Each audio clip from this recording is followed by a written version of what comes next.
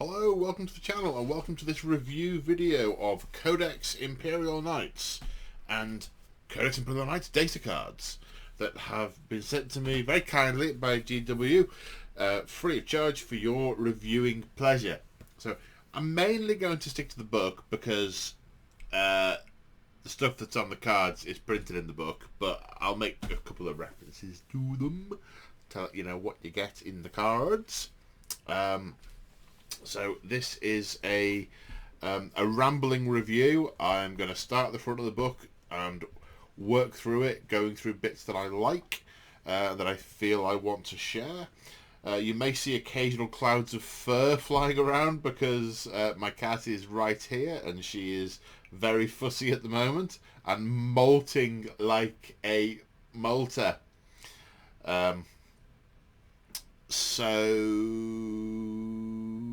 Yeah, if you're looking for something sort of really focused and clipped, you probably want to look at one of the others that's going to be out there rather than my rambling doobry. And the overall impression from the book is that they have really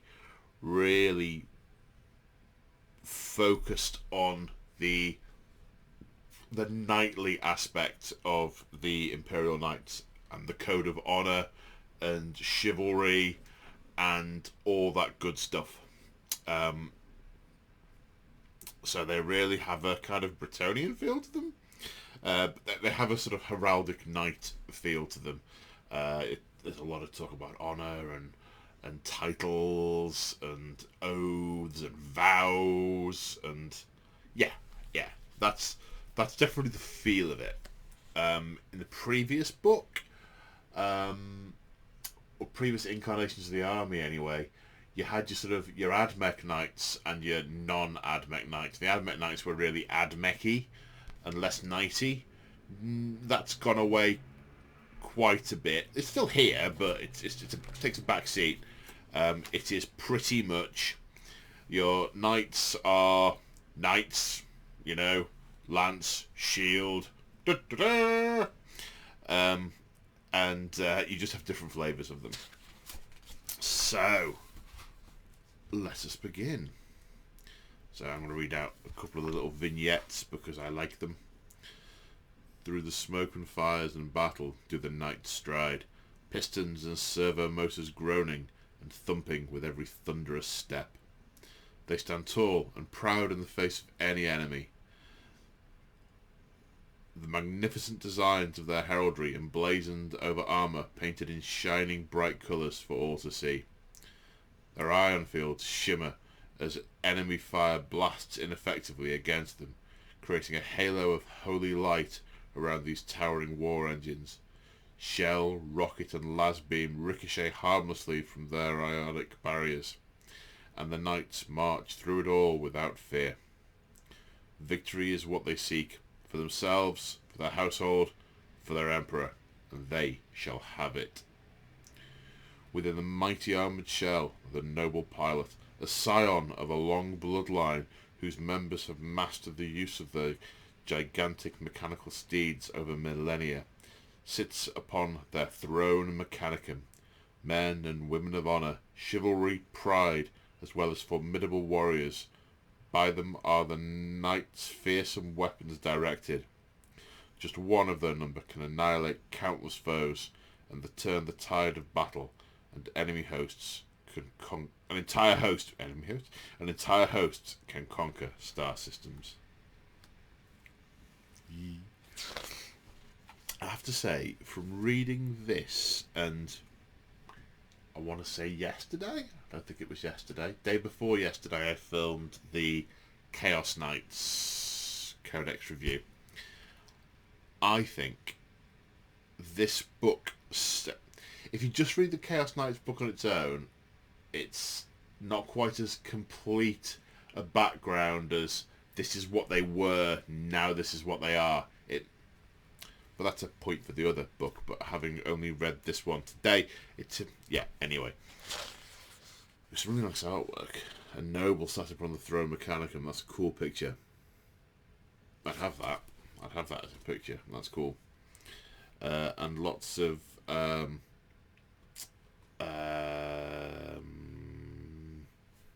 penitents. People on legs wandering around amongst the knights. Penitent. Come on, Brain. Come on. Not bearers. Not entourages. It'll come to me, or it won't. So we've got a section on Questor Imperialis, the Imperial Knights. Double page. Imperial Knight worlds are typically ruled over by one or more noble houses, each with their own heraldry, insignia, traditions, and character. Though often hidebound and intractable on matters of honour, the noble houses make for powerful allies, and they send their Imperial Knights to war. The enemies of the Emperor tremble.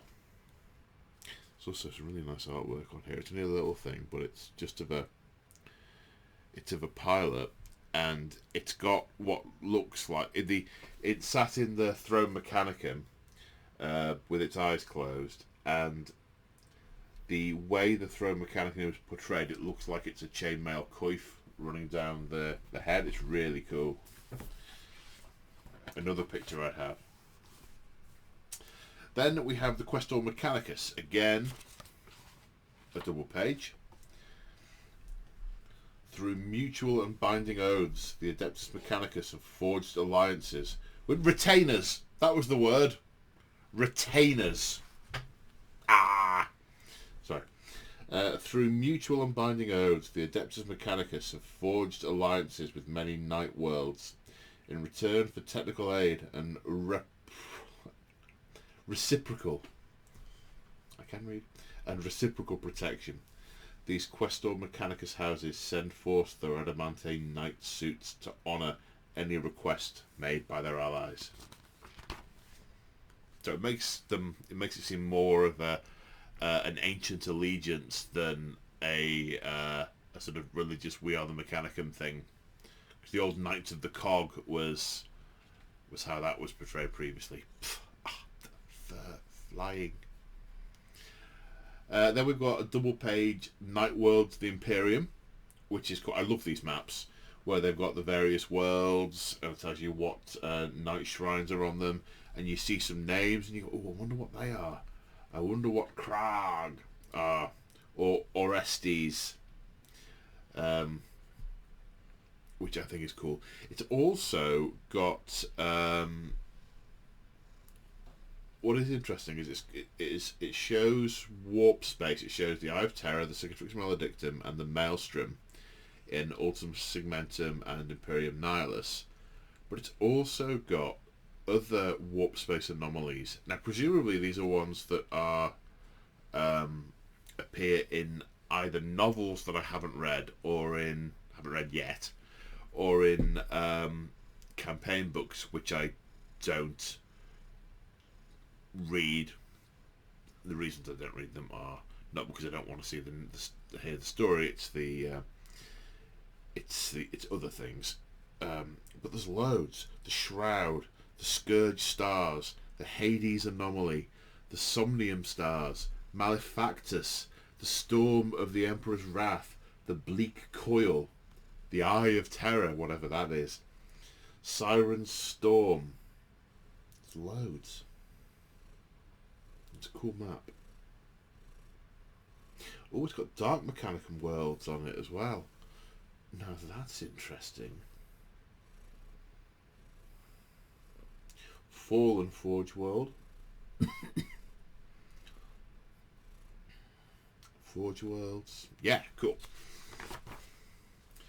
Then a bit of blurb about Warzone Arcane, or Arcane. Then we've got a page about the structure of the houses. There's the Questor house, and then the Questor Mechanicus house with the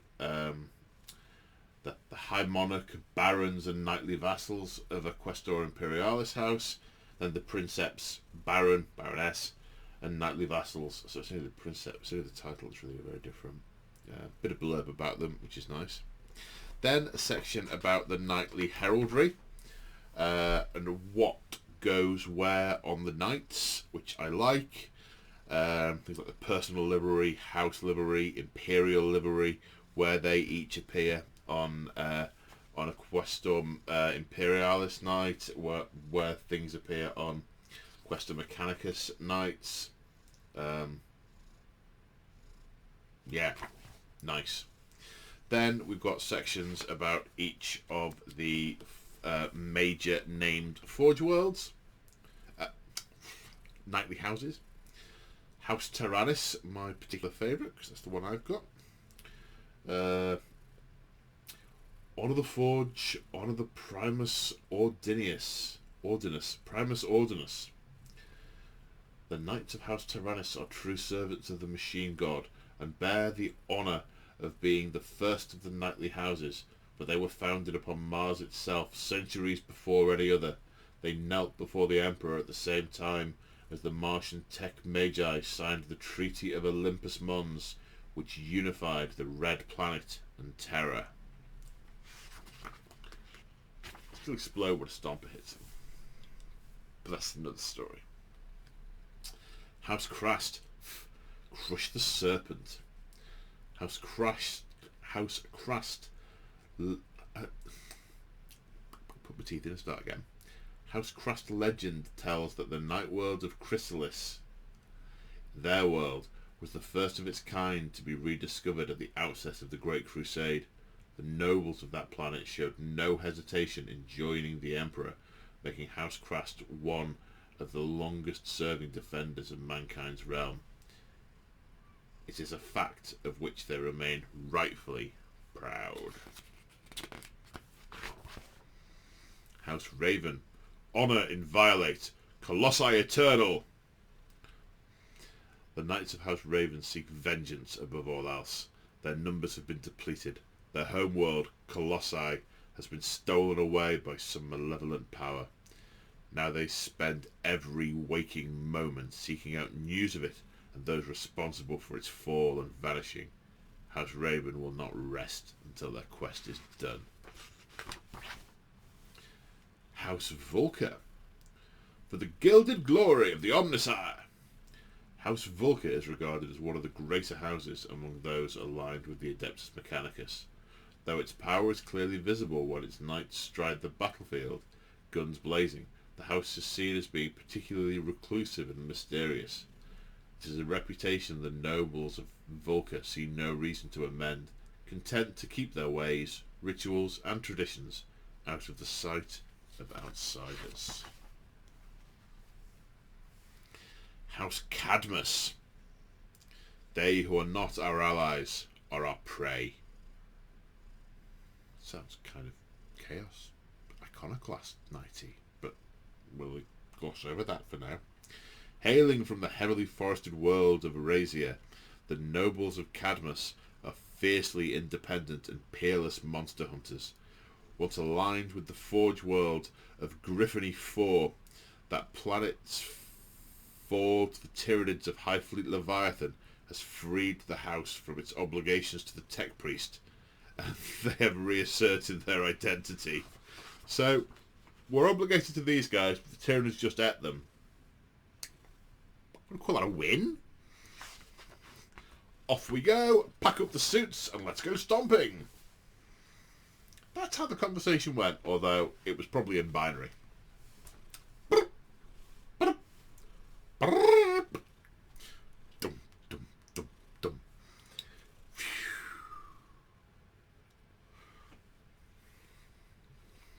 That was it. Moving on. House Griffith. Honour and fury, courage and strength. The nobles of House Griffith are amongst the most skilled warriors of all their kind. Raised on tales of daring valour and heroic deeds, their traditions and practices yield consummate bladesmen. In battle, their aggression is legendary. They crave the thrill of melee and seek out the largest foes, bringing them down with thundering charges and precise blows.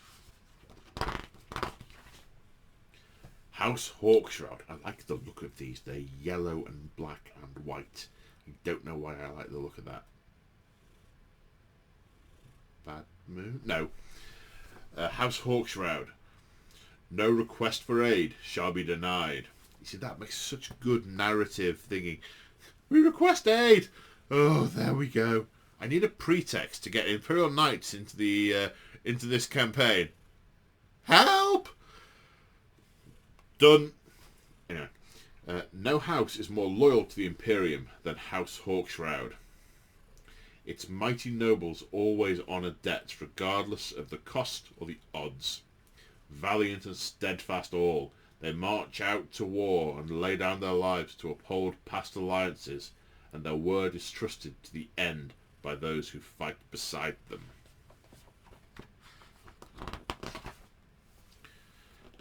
House Morton. In war, show no mercy. The Knights of House Morton hail from Kindaria, known also as the Black Planet. Until M35, a mysterious nebula known as the Black Pall, P-A-L-L.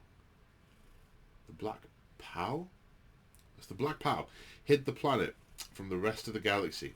It was only when this phenomenon partly dissipated that the Imperium finally re-established contact. And House Terran. Glory and honour.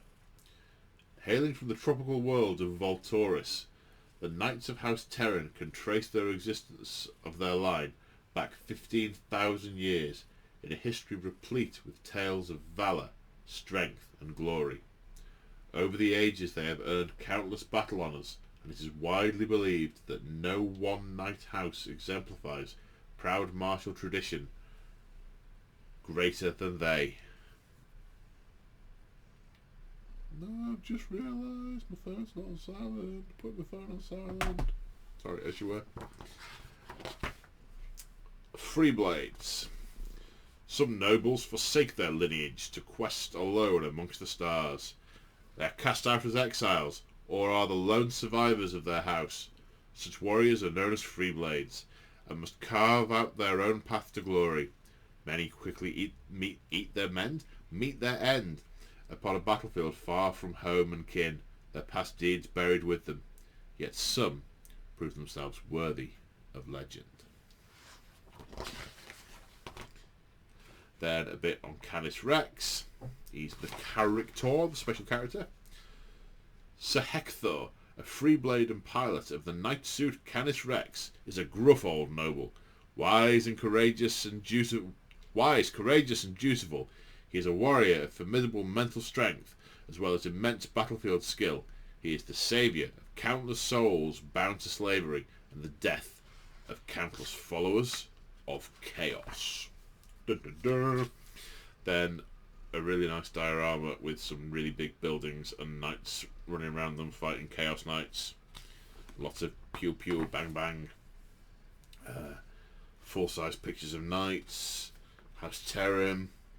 House, I want to say Crust. Fighting Necrons. House Tyrannis. House Raven. When I say Crust, I meant Raven. Fighting Nids. Chaos Marines. Orcs. Yeah. Cool. Right, now we're into the rules.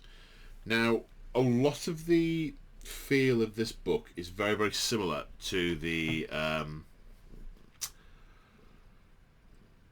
Chaos Knights. So, for example, the section on the Armiger class knights gain obsec. So your little ones get objective secured.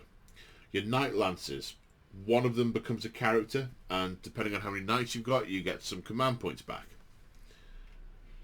Wandering Hero, you can include Free Blades. They get the Agent of the Imperium keyword. In the same way, the Chaos Knights get Dreadblade and Agents of Chaos, which you can add to armies.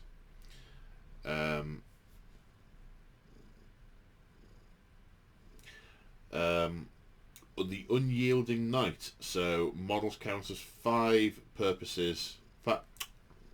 Armigers count as 5 models for holding objectives. Big Knights count as 10. Household Traditions, you all get a Household Tradition.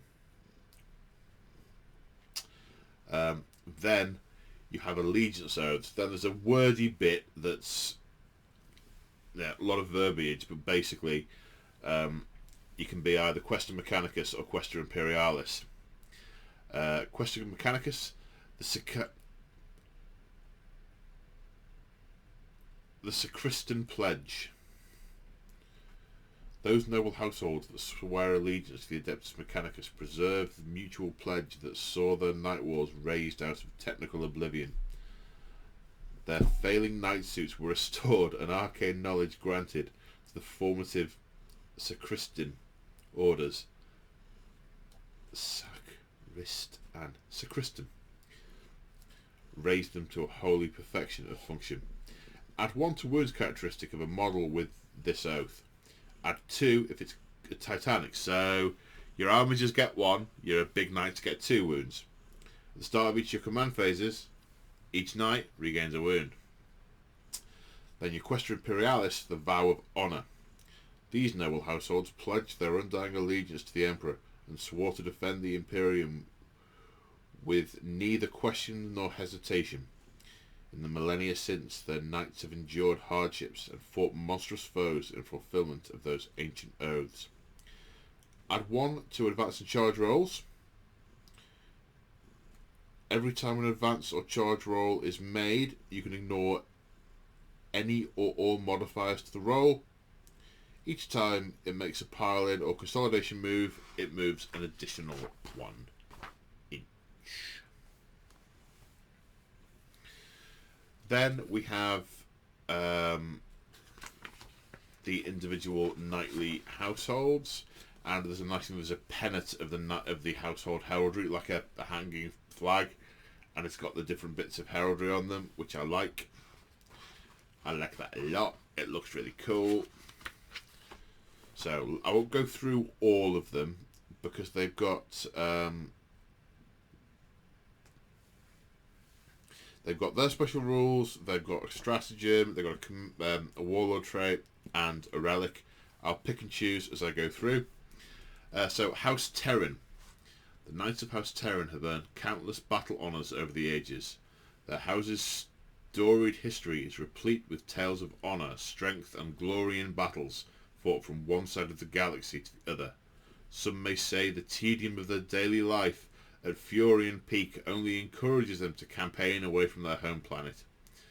There is a kernel of truth behind this. After all, House Terran is famed almost as much for their laborious ceremonies as they are for the magnificent skills of their that their knights display in battle.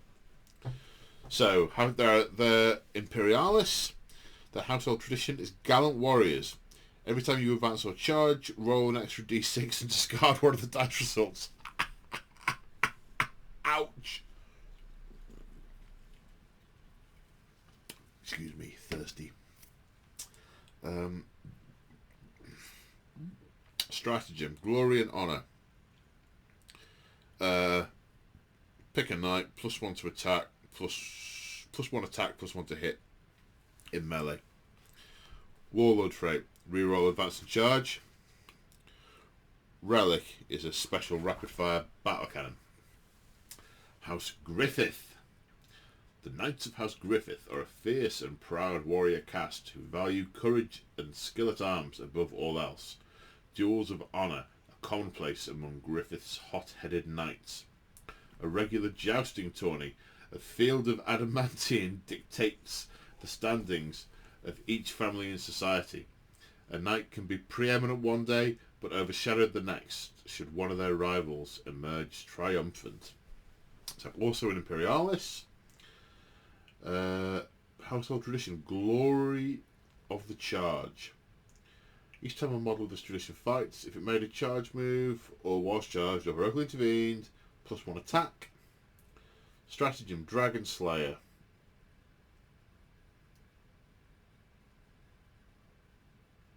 Add 1 to wound roll, either shooting or fighting, if you're targeting a monster or a vehicle. Warlord trait, eligible to declare a charge in a turn at advanced.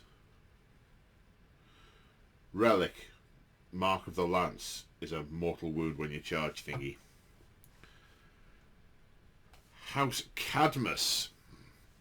For thousands of years, the Knights of House Cadmus have gathered every Midsummer's Eve to prepare for an annual hunt to keep the mutant numbers of their forested world in check. This much celebrated event is known as the Cull. Bio-reading cogitators are attached to their knight suits before every event, enabling each to track their kills. The knight who claims the greatest number is the winner and will rule the affairs of the house for the next year. Ooh!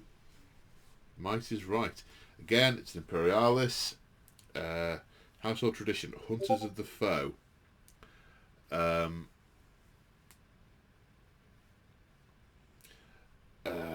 Every time they make a melee attack, against non-vehicle and monsters, reroll 1 to wound. I would have thought they would. No, okay. Oh no. Cadmus Knights are accomplished at wading through the hordes of lesser enemies, culling them like vermin. Okay, so non-vehicle, non-monster, reroll wound of 1. If the target of the attack contains 6 or fewer models, when the model was selected to fight, you can reroll to wound. Bioscryer Cogitator Array.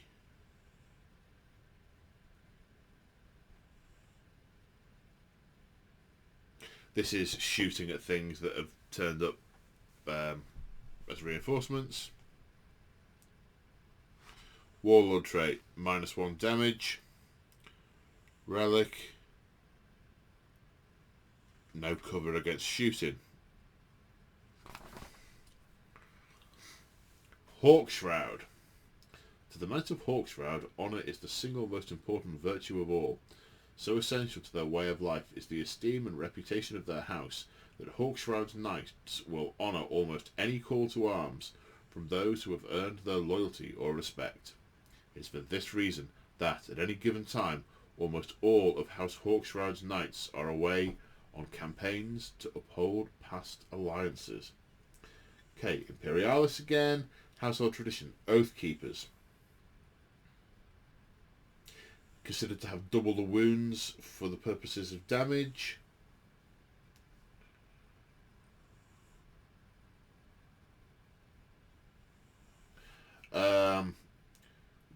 So there's a thing we're going to come on to later called Chivalric Abilities. This gives them an extra 1 point in the Chivalric ability, as long as the house is not dishonoured. There's a mechanic that basically you have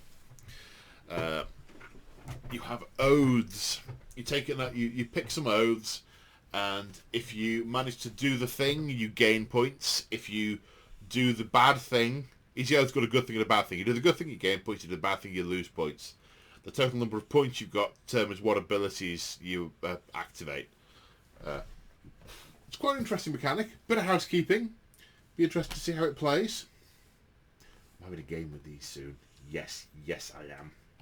Knight v Knight. So, yes. Stratagem, staunch allies.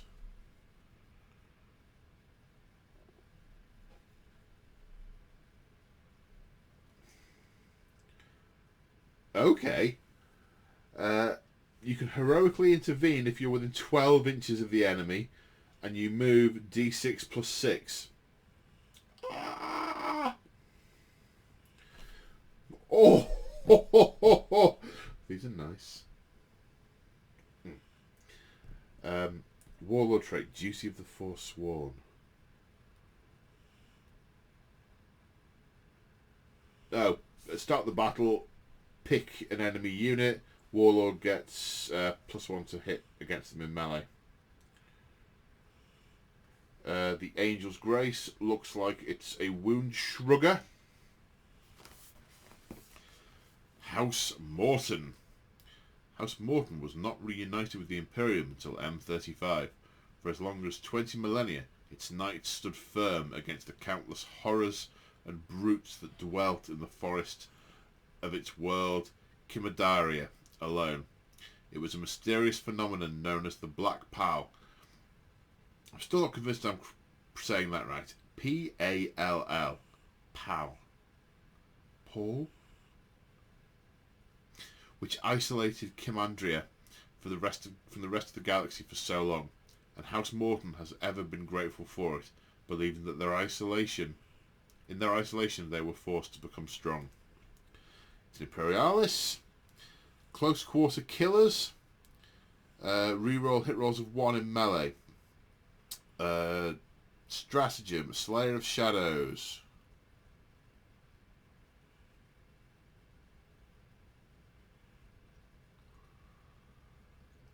It's ignore hit roll, ballistic skill, and weapon skill modifiers when you shoot or fight. Okay. So there's a plus or minus 1. There's a plus or minus to hit mechanic that's capped. Then there's a I'm going to modify your hit roll instead of me because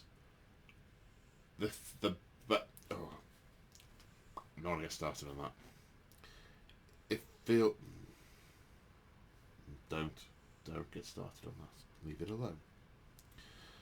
Legacy of the Black Paw Warlord trait. If you're shooting at the Warlord from more than 18 inches away, -1 to hit. Honor's Bite. Relic is a big special chainsword. Right, now it looks like we're into the Question Mechanicus ones. House Raven. House Raven is a household without a home, for its world of Colossi was taken, ripped from real space during the Chardon campaign, whilst the bulk of its enormous numbers were fighting off-world. Still a powerful force indeed, the Knights of House Raven march across the stars, purging heretics and traitors wherever they go, in their quest to find out what happened to their homeworld and slay whomever is responsible for its loss. So, it's Question Mechanicus. Relentless Advance. Ignore any and all modifiers to your movement characteristic when you move, and each time it's selected to shoot, it counts as having remained stationary. Moves or advances. Okay, so you can advance and you count as stationary. Alright, cool.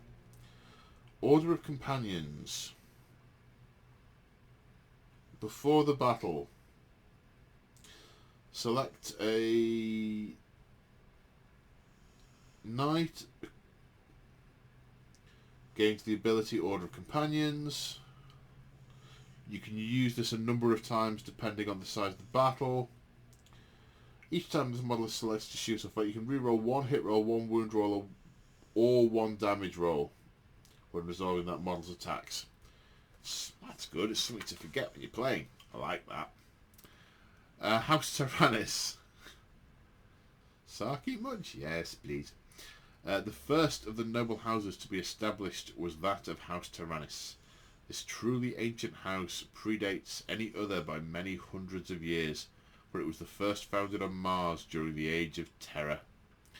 As the industries of the Red Planet developed into a vast metropolis of technical majesty, so too did it evolve to become the first and foremost of the Forge Worlds, and the Knight of House Terranus were its guardians.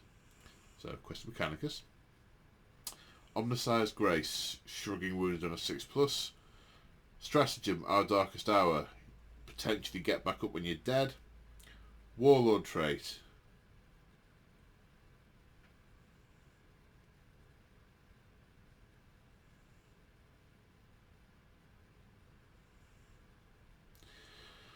Some kind of mechanic to change a dice roll. Once per battle. If your army is virtuous, comes back to the honour thing I was mentioning, you can use it once per turn instead of once per battle.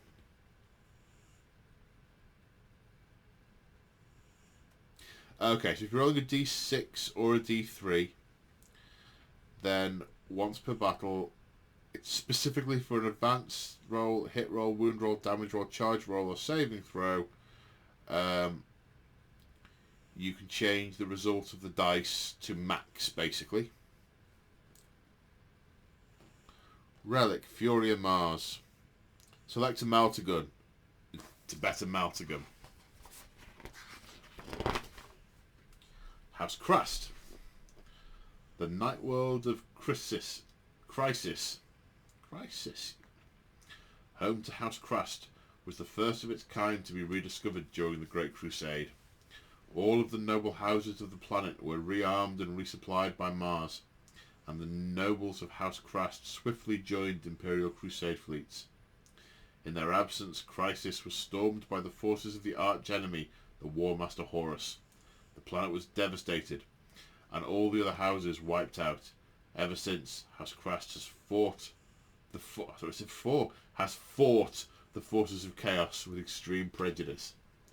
So, Questa Mechanicus, Cold Fury. Every time you make a melee attack, an unmodified hit roll of 6 automatically wounds the target. If the target is Titanic, then an automatic unmodified hit roll of 5 also wounds the target. Nice. Controlled Aggression. 1 CP. Add 1 to attack characteristic.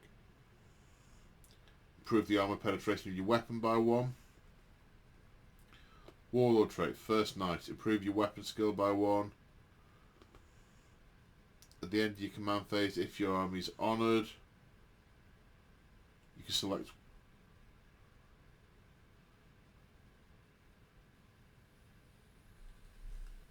some ability that lets you switch out your virtuous chivalric abilities. Relic, the Headsman's Mark. When you're attacking a vehicle or monster, the damage characteristic goes up by 1. If you're attacking a Titanic unit, add 1 to the wound roll. This is the last one. This is the last one, I think.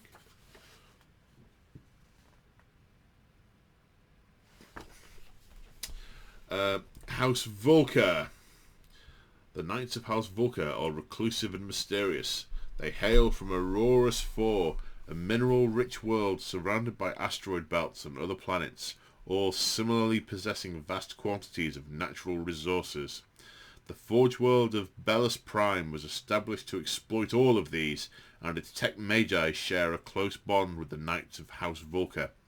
When at war, the Knights place a premium on well-coordinated plans, engaging the enemy with optimum distance based on carefully calculating ranges and trajectories. They would get on really well with the Iron Hands, because that is totally what they do.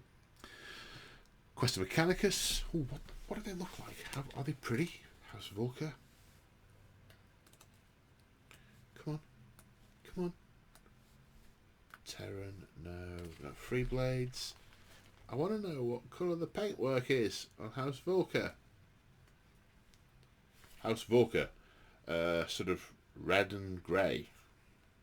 Huh. Again, Questa Mechanicus, Household Tradition, Firestorm Protocols. When you make a ranged attack, if you attack the closest unit, add 1 to hit. Reroll 1s to hit. Stratagem, Saturation Bombardment. 6s explode when you shoot. Warlord Trait, Adamantium Knight. Wound rolls of 1, 2 or 3 don't wound you. Relic, the Auric Mask, is a de-leadership buff. It's an aura that debuffs your opponent's leadership.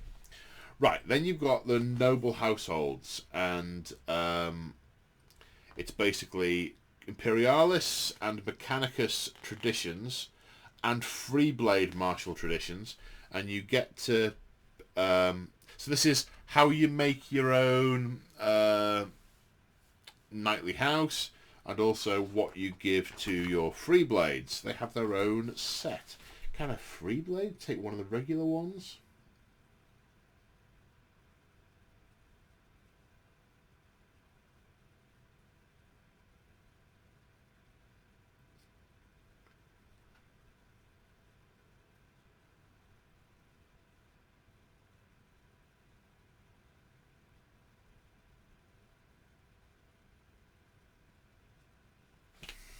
Bear with. There's a lot of words. God, is there a lot of words all over the place.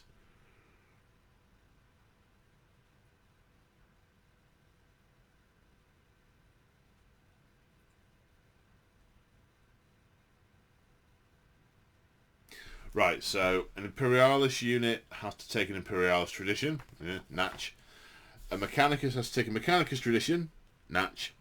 The Freeblades have to take a Freeblade tradition. Well, that's a bit disappointing because, well, the thing that's disappointing is there's only 4 of them.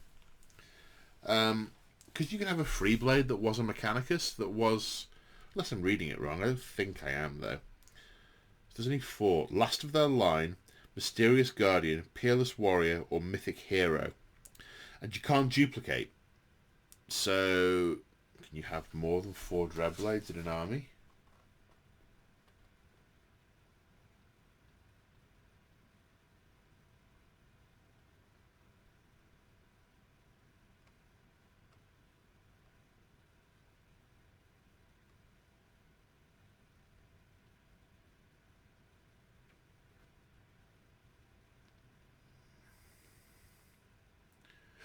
No.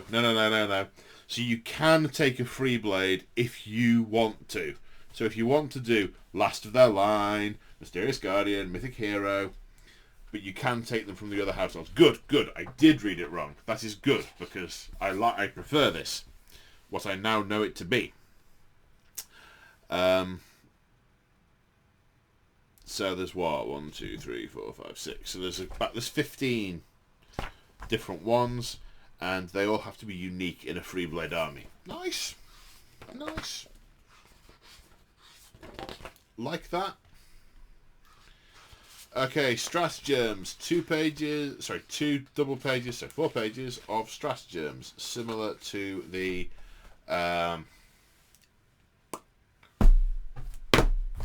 similar to this one. The other one with the big stompies.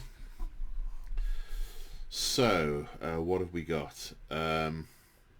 Calculated targeting. Between 2 and 4 CP. Depending on the class you use it on. Until the end of the... It's a Quest Mechanicus one. So I'm just adjusting the light so I can see a little bit better. And hopefully not getting the thing on the screen. Yeah, you see there, it's here. Yeah, there. I can see. Ranged attacks on a modified wound roll of 1. The attack inflicts a number of mortal wounds on the target equal to the damage characteristic of the attack. I can see why that's 4 CP on, for instance, a Knight Valiant whose Thundercoil Harpoon is damage 10. Or a Volcano Lance, which is 8 plus D6. Okay, you got to roll a 6 to wound. It's a lot of CP to spend for a small chance. Kind of cool, though. Full tilt. Now, I don't recall seeing a full tilt in the Chaos one. It's maximum advance. Armigers move 9 when you do that. Thunderstomp.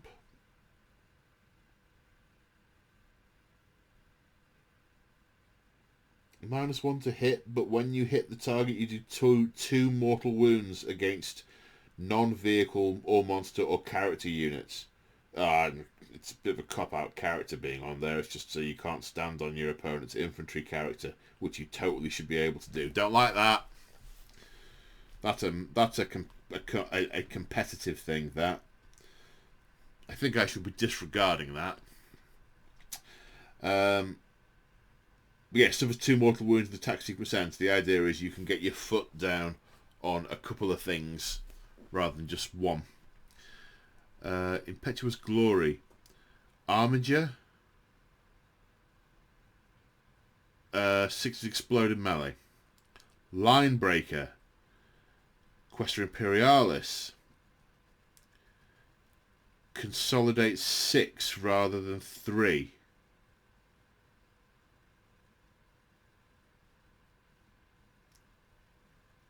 Move in any direction,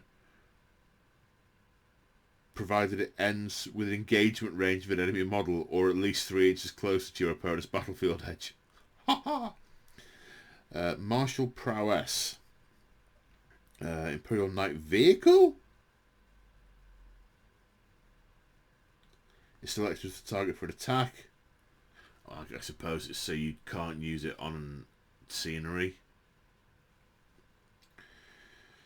To the end of the phase, each time an attack is allocated, add 1 to armor saving throws. Oh, so it cancels out the very prevalent AP spam in every book.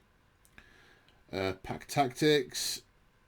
This is armigers getting extra attacks when they fight together. Pains of Old Night. Rerolls wounds of 1 against Chaos in the fight phase. Skyfire Protocols. Armigers add 1 to shoot aircraft. Thin their ranks. Select up to 3 armigers. Ranged attacks and modified hit roll of 6 automatically wound. Okay. Trophy Claim. When you destroy a Titanic unit, add 1 to the model's attack characteristic. Gain an honor point. And then some stuff about it manipulating the being virtuous. Okay. Benevolence of the Machine. Oh, so that's general Imperial Knights. That's not just the knightly ones. Okay, Benevolence of the Machine Guard. Questa Mechanicus. 5+ Shrug on a phase. Okay. Crushed. If you make an attack with a Thunderstrike Gauntlet. This is now this is in the Chaos one. This is if you're using the big punchy Fist of Doom, you can opt to do this, and you basically get a kind of roll off with your opponent. And if you win, if they win, the attack does no damage. If they win, the model's dead. It's a way of bypassing invulnerable saves. Oh no, it's not dead. Invulnerable saves can't be taken. Yeah, that would be a bit extreme, wouldn't it? Otherwise the damage characteristic becomes 0. Yeah, okay. Machine Spirit Resurgent. You count as being on your top profile. That's a Questa Mechanicus one. Valiant Last Stand. Questa Imperialis model. When you're destroyed, don't move it from play. Then resolve your attacks. It's a fight phase thing. So you get to fight before you get taken off when you're dead. Noble Sacrifice. When an Imperial Knight's vehicle is destroyed, do not see if it explodes. It does so automatically. Ooh. Blowing up automatically. And the CP cost varies on the class of gubbins. Recount the Virtues.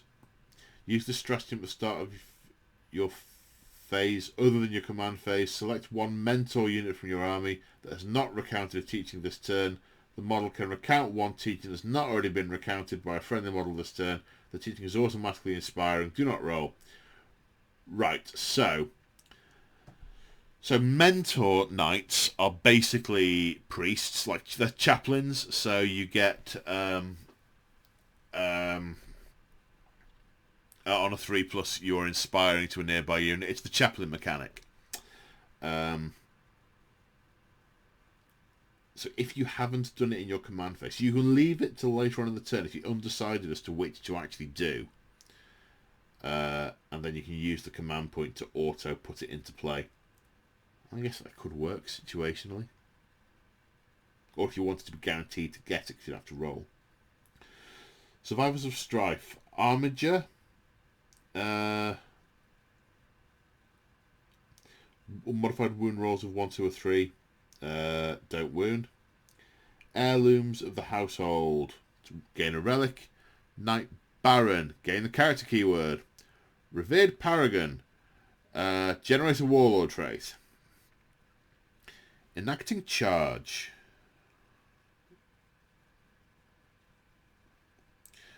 In your charge phase, when you finish a charge move, potentially generate some mortal wounds.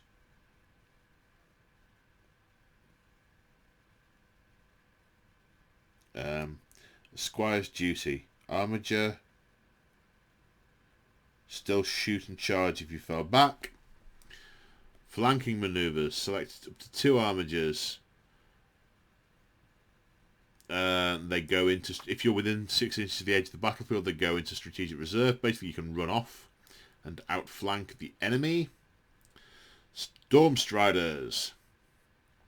Imperialis model.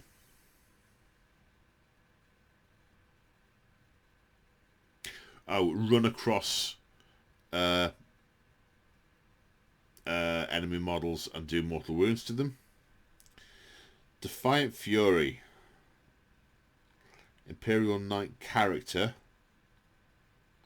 Then select an Armiger class.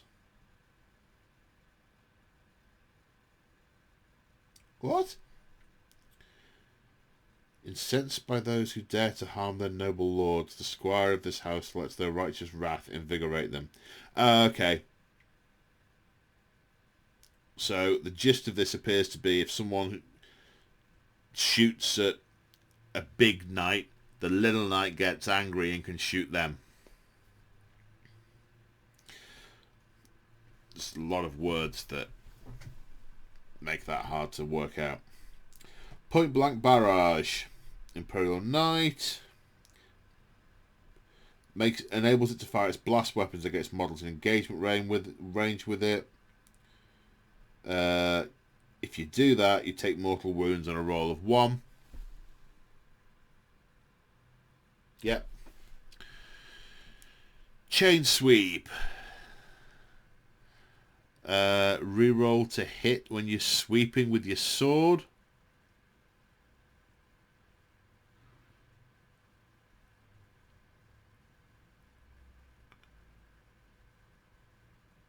Or make 1 additional hit depending on what type of sword it is. Rotate Ion Shields. Now this definitely wasn't in the Chaos one. I thought it had been removed altogether because I hadn't seen it. It ups your invulnerable save to 4+. But that's interesting. It's 1 CP for armigers and 2 CP for every other knight. So you're not going to be just throwing that out all the time. Guess depends what you're being shot at with. Ion Aegis. Dominus class gains 2 CP. It gains an aura. When friendly armigers are within 6 inches of this model, they gain a 4+ invulnerable save. That's nice. It looks after the little ones. And Hurled Wreckage. If you're fighting with the Thunderstrike Gauntlet and you kill something, you can throw it at your opponent and do mortal wounds at one of your opponent's other models and do mortal wounds to them. Important distinction there. Exalted Court. Okay, so this is a bunch of upgrades. So these are based on the titles of the courts we saw earlier. I think I missed the titles. I didn't read them out. But in... Come on, where are you? Here we go. So, in Questa Mechanicus, you've got your Princeps is in charge. Then you've got multiple Baron or Baronesses, but 4 of them have special roles and titles. Master Tactician, Master of Vox, Master of Law, Forge Master. For the Questa Imperialis, Monarch's Ward, Herald, Master of Justice, Gatekeeper. And unsurprisingly, the Monarch and the 4 are upgrades that give you stuff, as are Princeps and Master Tactician, Master of Law, etc., etc. You can give them only to characters. I don't know why it's got that as a line on every... Yeah, okay. It's alright, Paul. Just breathe. Do the breathing thing. There is one of these that's less than about 20 lines of description. So I'm not going through them. Life's too short. Then we have some rules for a Freeblade Lance. All units in your army must be Freeblades. You get access to the Free Blade Lance Warlord Trait, Relic, and Stratagems.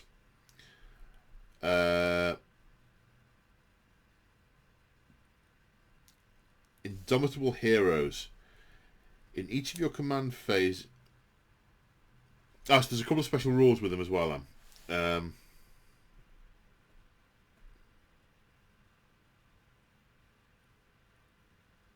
They gain the Indomitable Heroes martial tradition, so it's a generic house, I guess. And characters gain the legendary Knight ability. So the Indomitable Heroes is in the command phase regained a wound.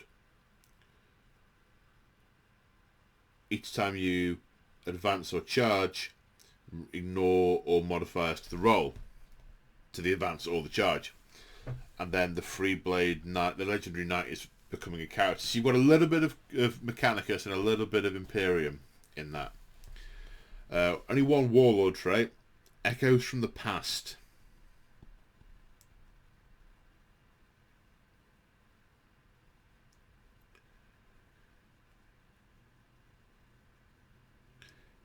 The Warlord gains the glorified history martial tradition, as if it had the...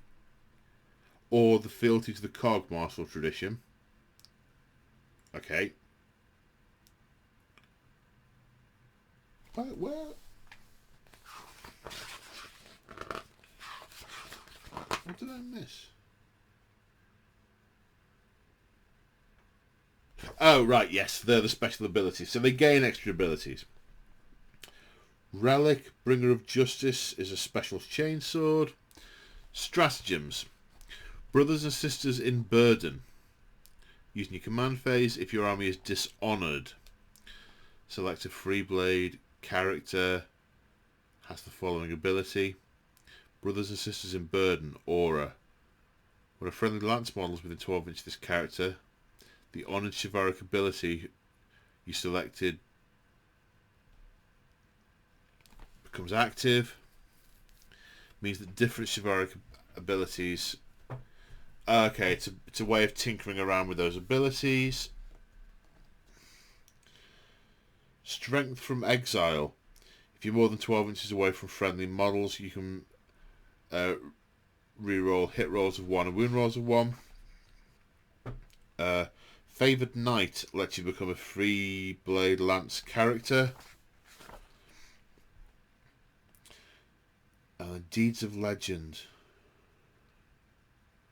Again, that's a way of messing about with the chivalric abilities. Right, relics. We have 4 pages of relics, and they are... There's a... What I quite like here is there's a lot of narrative description with each of these relics. I mean, sort of 20 lines. This one here called Sanctuary is... You know, despite whispers of Xenos taint in its origins, the potent ion shield generator known as Sanctuary is a venerated war relic. Through the projection of rapidly modulating and overlapping energy fields, coupled with a steady emission of warding incense and a cycling barrage of data hymnals, this device wards away the furious fire of the enemy. It does not even require tilting and angling like a typical ion shield for its effect to wreath the night suit in an all-encompassing fog of protective energies and holy wards. The resultant field clings to the night like an energized second skin, flexing and shifting with its movement and protecting it from close quarters attacks. That's big. That's like 15 lines. And they're kind of all like that. Oh yeah, and what does that one do? 4+ invulnerable save against melee attacks. The Armour of Sainted Ion. Increase the save characteristic to 2+. That's nice. I think it makes no sense to me that knights don't have a 2+ save. The only reason is for game balance, not for narrative. Grumble, grumble, grumble. Then one of the... so they're split into... are they split?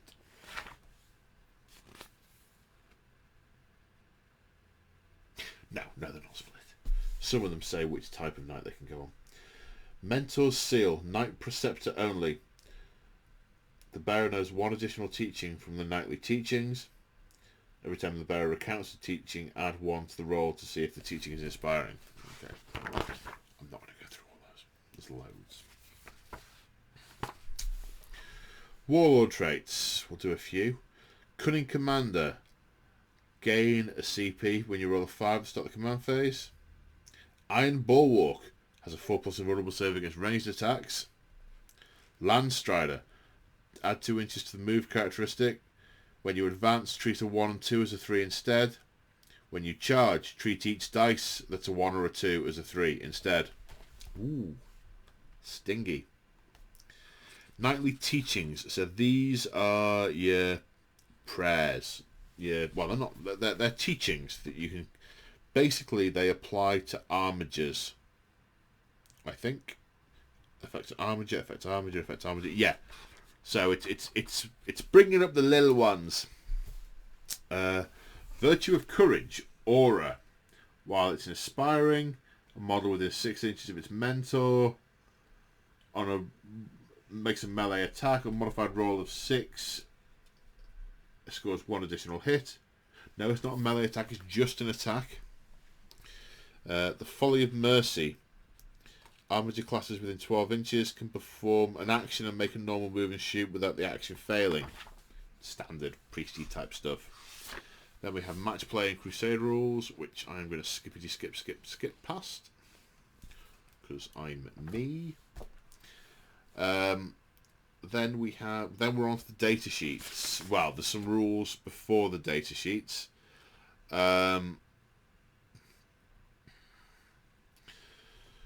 So there's a big wordy thing about how to arrange your keywords. It's just words for words' sake. The abilities: Ion Shield, 5+ invuln. Super Heavy Walker. You can declare a charge in a turn at which you fell back, and you can move over models that aren't vehicles and aren't monsters every time you move, advance, or fall back. Now there's a thing on here called Bondsman Abilities. Some Imperial Knights have a Bondsman ability which they can use to affect friendly models. A model can only be affected by one Bondsman ability. The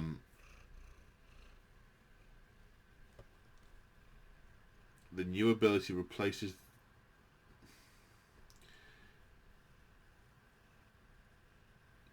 if a model. Alright, so if you put a new Bondsman ability on an existing model, the new one supersedes the old one.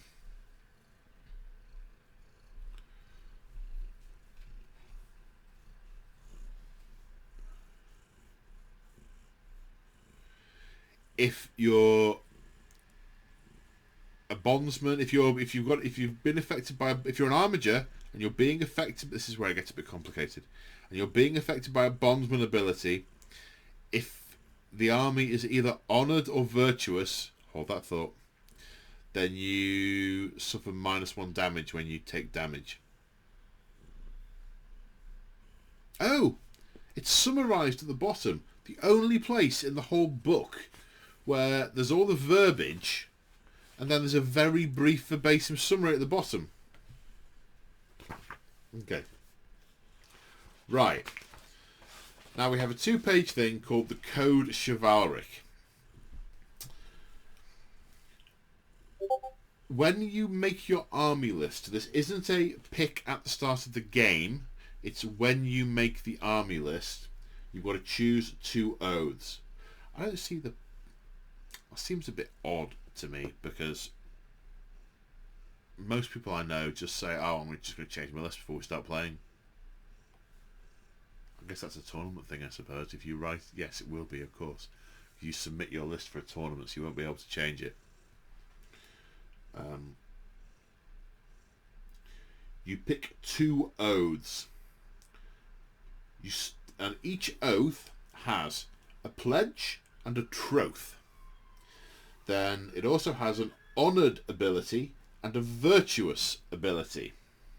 Bear with. There's 4 of these to pick from. You have to have 2. At the start of the game, you have 1 honour point. You can never have less than 0 or more than 6. At the start of each battle round... Alright, so depending on how many honour points you've got, you're either dishonoured, honoured, or virtuous. So you start the game... So 1 to 4 is honoured, 5 to 6 is virtuous, and 0 is dishonoured. So you start the game as honoured.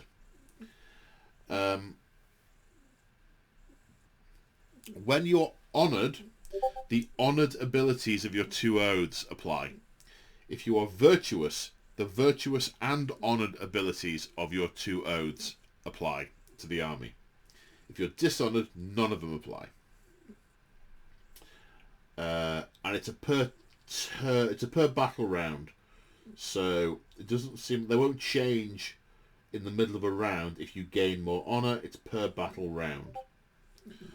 Okay, so if you complete your pledge at any point, you gain a point of honour. Yay! If your troth happens during the battle round, you lose a point of honour. Hooroo! So, for instance, protect those in need. So the pledge, if one of these happens during the battle round, if you perform a heroic intervention, bing, honour. If an Imperial Knight from your army makes a charge move against an enemy unit at the start of the charge phase with an engagement range of an enemy unit. So if you run to someone's help, yay, honour. Troth.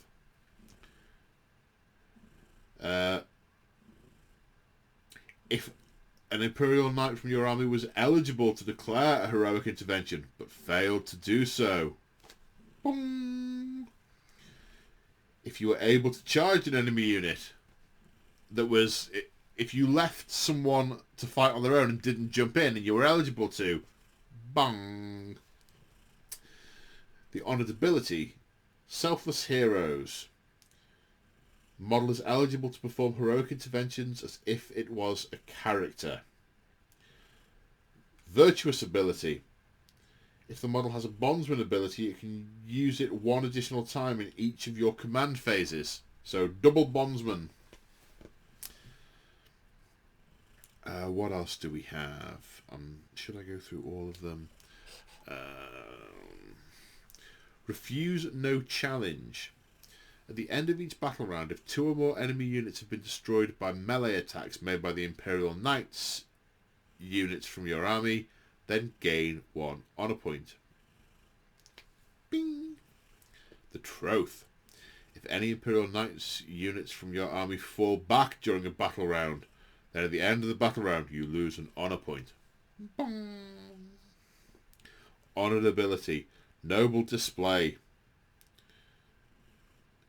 Add 1 to your attack characteristic if you charge, were charged, or heroically intervened. The Virtuous ability. You can reroll advance and charge rolls made for this model. Defend the Realm. If you control more objective markers than your opponent, gain a point.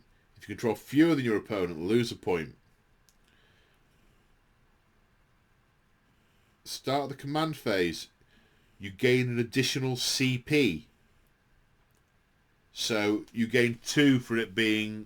that the turn gives you 2, not 1. And your Virtuous ability. Model has the OBSEC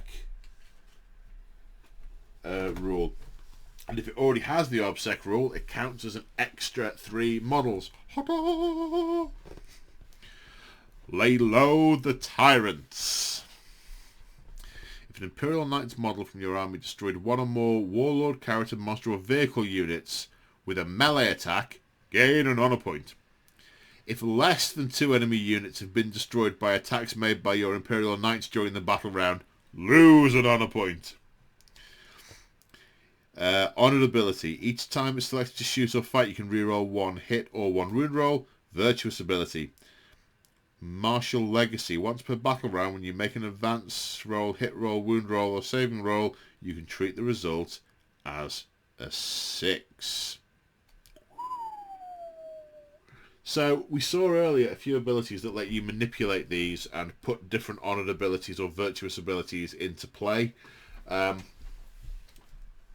From just reading that, There are clearly things on here that are easier to achieve than others, and the ones that are more difficult to achieve give you fewer bonuses. So, defending the realm, if at any point your opponent starts holding more objectives than you do, your honour's going down, so you're going to end up losing. If you've even been able to build it up, your virtuous ability to gain obsec and your extra CPs. But those other stratagems and... Oops. Sorry, I just hit the book with my belly, which hit the stand on the computer, which hit the thing and the wobble, and... Yeah.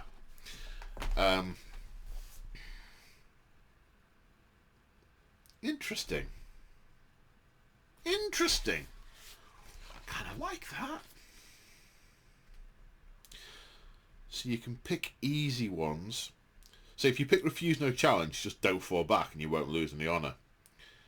If you pick Protect Those in Need, as long as you don't manoeuvre into charge range, you won't lose any honour. But Lay Low the Tyrants, if you haven't destroyed 2 units that turn, you lose honour. Defend the Realm, if you're holding fewer objectives than your opponent, you lose the honour. But the abilities for the harder ones are better. Extra command points and obsec on your big knights.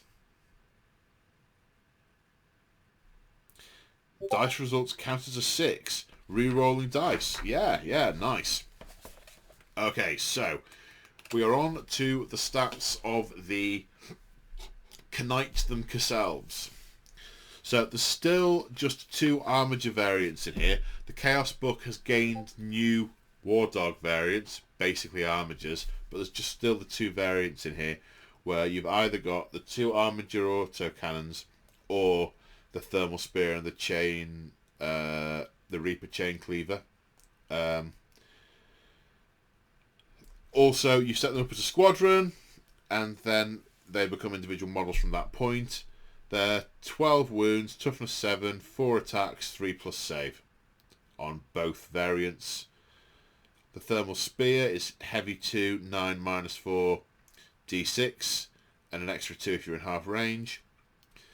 The Chain Cleaver has 2 attack modes, which it did before, which is either +4, -4, 3 damage, so strength 10, -4, 3 damage with its 4 attacks, or Sweep is User, which is strength 6, -3, 1 damage, but you get to make 2 rolls. The Helvrim, the Armiger autocannon, heavy 2d3. Oh, it's a better autocannon than a regular one. I don't know what it was in the last book because I haven't got any of these painted.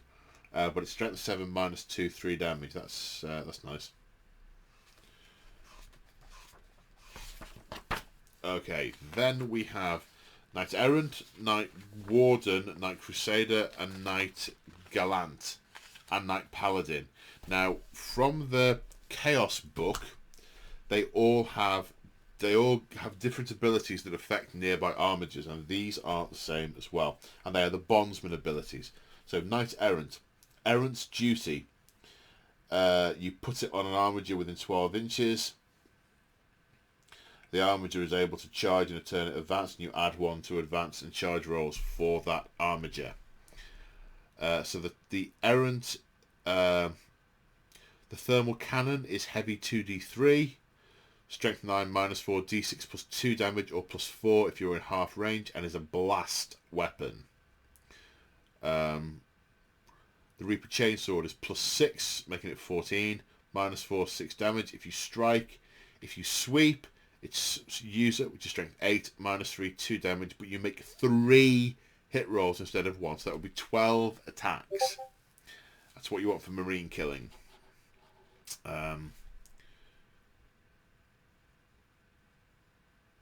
Titanic Feet now do not give you the ×3 multiplier. No more tap dancing. If you want to be really good at melee, you need a melee weapon. And I like that. It makes them have more individuality and purpose, and it makes you I mean, some of us always make the narrative decision to use the weapon, but it actually rewards you for doing that. So yeah, I like that. Right, the Knight Warden. Avenger Gatling Cannon looks unchanged. Heavy 12, 6, -2, 2. Reaper Chainsword is as just described. The Warden's Duty, the Bondsman Ability. The Armature, 12 inches, the Armature counts as 10 models for the purposes of OBSEC. Well, objectives in general.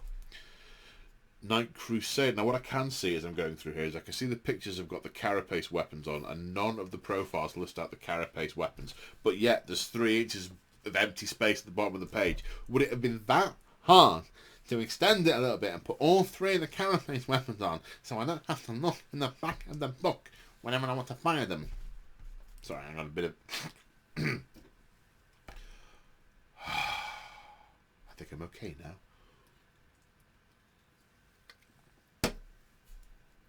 Still thirsty. Okay, Knight Crusader.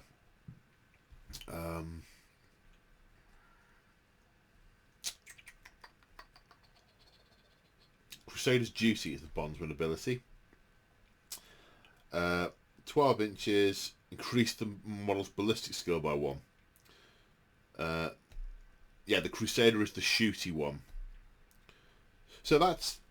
So I'm going to re-trigger myself here. So this model as a base has the Avenger Gatling Cannon and the Thermal Cannon. Those 2 are on the profile. You can swap them in for the Battle Cannon. The Battle Cannon is not on the profile, despite the model being pictured with it. That is incredibly annoying and unuser-friendly for the book. I have to go to multiple pages to get the stats for that. Not impressed with that. That's sloppy. Knight Gallant. The Bondsman Ability increases the weapon skill by 1. This is the one... So this has got the Reaper Chainsword and the Thunderstrike Gauntlet. The Thunderstrike Gauntlet is the same as the Chaos one in terms of how it differs. It's ×2 strength, so it goes to 16, so it'll wound knights on 2s. -3, 8 damage, or a sweep, 2 additional hits. It's +2 strength, making it 10. -2, 3 damage. Knight Paladin.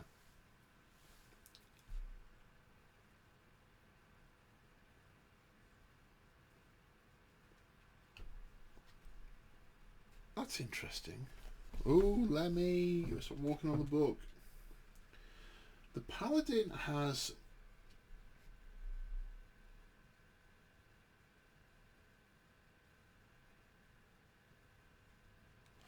Okay.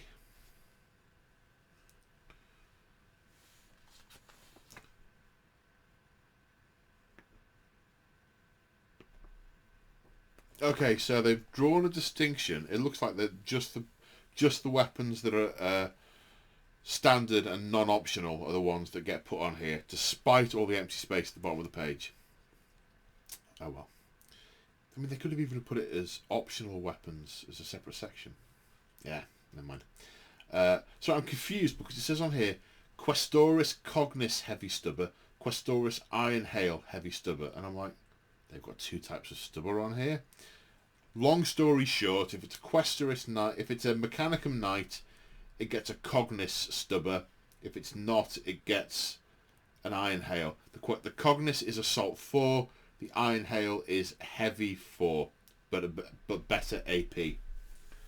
And then just glancing back at the other ones, it's an option to take. If you're a Questa Mechanicus Knight, you can take the Cognis Heavy Stubber. If you're an Imperialis Knight, you can take the Iron Hail Heavy Stubber.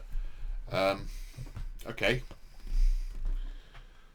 +3 points for style, but... yeah... do we care? I don't know.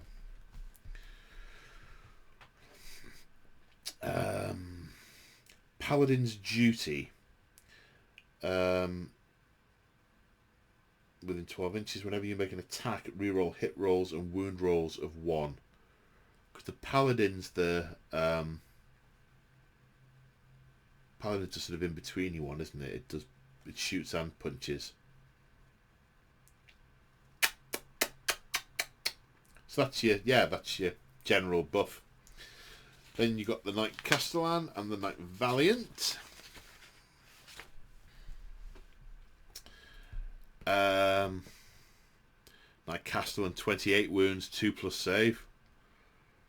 Plasma Decimator, heavy 2d6, 8 -4, 2 blast, or supercharge for 9, extra point of strength, extra point of damage, and the risk of taking 2 mortal wounds. Shield Breaker missiles, can't take vulnerable saves against them, use once. Siege Breaker cannons, heavy 2d3, auto cannon profile, but it's blast, so 7 -1, 2. Volcano Lance, heavy d3, strength 16, -5 AP, 8 + d6 damage, blast. Whoa. No melee option other than the Titanic feat, so 4 attacks at most. No Bondsman ability. The Knight Valiant is the same apart from the weapon options. Oh no, can't move quite as fast. It's early. Oh no, they're both the same. They can both only move 8. The Conflagration Cannon, 18-inch range, heavy 3d6, 7 -2, 2 damage, auto hit. Uber Flamer. Thundercoil Harpoon, strength 18, heavy 1. Strength 16, -6 AP, damage 10. Add 1 to the hit roll if you're targeting a monster or vehicle that isn't an aircraft. Each time the attack made with the weapon is allocated to the model, they suffer 3 mortal wounds in addition. So if you just hit, it's 3 mortal wounds, never mind wounding. Then we have the Knight Preceptor. Now the Knight Preceptor doesn't have a little picture on it, so the model for it was not ready to put in the book. Don't know when it's coming, but GW have been in recent years very hot on releasing their models with the books, so I imagine it won't be too far behind. This is your chaplain, so it knows 3 of the knightly teachings, and it can recount up to 2 of them on a 3+. In terms of weapons, it has a Las Impulsor, which you can either file as heavy 2d6, strength 6, -2, 2 damage blast, or heavy 1d6, which is a shorter range, 24 as opposed to 36. Heavy d6, strength 12, -4, 4 damage blast. Then the Preceptor Multi-Laser. I wonder if this is an indication of what multi-lasers are going to be like in the Guard Codex. 36-inch range, heavy 4, strength 6, AP 0, 1 damage. That, I think, is what a multi-laser should be. That looks good to me. Reaper Chainsword, same as the normal Reaper Chainsword.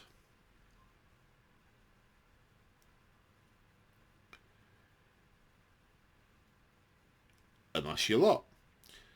Knight Preceptors are designed to embody the code Chivalric. Their pilots close to an honourable range with the foes, engaged with enough force to show the respect and kill them cleanly with their Las Impulsor.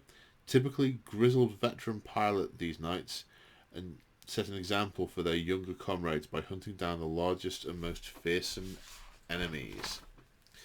Then we have the stats for Canis Rex that I am not going to go through. Although I will say he's got a 2+ weapon skill and ballistic skill, I can see at a glance. Weapon profiles, points values. The Helverins are both roughly 150 points. Castellan's roughly 600.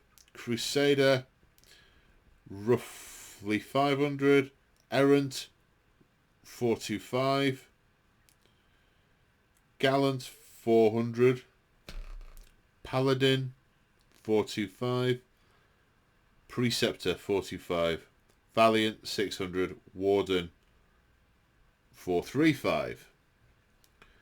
Where are the stats for the Carapace Weapons?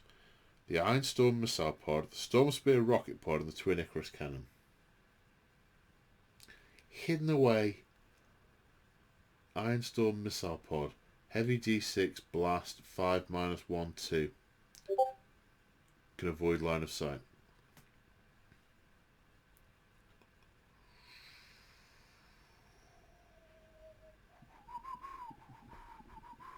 Come on, what's the other one? Iron Storm Missile Pod. That's the one I just read.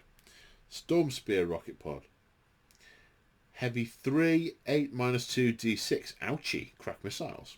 3 crack missiles. Twin Icarus Autocannon. Heavy 4, 7 minus 1, 2, plus 1 to hit against aircraft. Well, there we go. On the whole, a book that I like. I'm not 100% sure. They've sort of half stuck to the Mechanicum Knights are quite different, but then also applying all the chivalric stuff to them, so not really sure about that. But it seems to work. Seems fine. I guess playing it will tell. I like a lot of what they've done with the rules. I do like those chivalric codes. They might be a bit tricky to keep track of in combat, but not too bad. I mean, the Chaos Knight one has got one where you've got to keep a total of number of wounds that you've killed on each model, and that looks like a royal pain in the proverbial. But this, not so much. I do like the sort of knightly and the honour side of things. I really like the fact that if you've got one of the special barons, you know which one it is, and you can give them the ability. You can go, right, this model's going to be my baron. It's going to be the Master of Vox. Okay, painty, painty, painty, sticker, sticker, sticker, Master of Vox. You are now always the Master of Vox. I like that. Stats seem fine. It's all degrees with knights because everything's really big and powerful and stompy. I didn't see any stratagems that made me yeah, looks like a good book. I look forward to trying it. Keep your eye out for an upcoming battle report, hopefully in the not too distant future, between Chaos Knights and Imperial Knights. Looking forward to that immensely.